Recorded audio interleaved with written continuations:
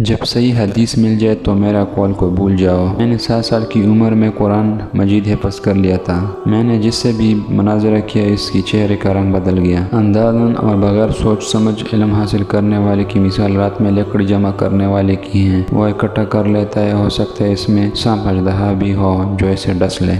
زندگی میں 3 مرتبہ مجھ پر فکر و فاقہ کا دور آیا، گھر کی زیورات بھی بک گئے، لیکن میں نے قرض لے کر کوئی چیز رہن نہیں رکھی۔ صحیح طالب علم تو مفلس ہی ہوتا ہے۔ پوچھا گیا کہ اگر مناسب مالدار ہو تو فرمایا کبھی نہیں۔ شرک کے علاوہ ہر گناہ کی مغفرت کی امید ہے، لیکن گمراہی کا معاملہ بہت ہی سخت ہے۔ لوگ فقہ میں اہل حرف کی محتاج ہیں۔ جس طرح نگاہ کی ایک حد ہے، جس طرح آگے وہ کام نہیں کر سکتا، بالکل اسی طرح عقل کی بھی ایک حد ہوتی ہے جس سے آگے وہ بیکار ہیں۔ انسانوں کو قابو رکھنے جانوروں کو قابو رکھنے سے کہیں زیادہ مشکل ہے۔ جو شخص تمہارے رائے کا خواہش مند نہ ہو اسے مشورہ مت دو، نہ تمہاری تعریف ہوگی اور نہ تمہاری نصیحت اسے فائدہ دے گی۔ ایسے علاقے میں نہیں رہنا چاہیے جہاں دینی مسائل بتانے والا عالم اور جسم کا علاج کرنے والا طبیب موجود نہ ہو۔ تفریح میں باوقار رہنا بے وقوفی کی علامت ہے۔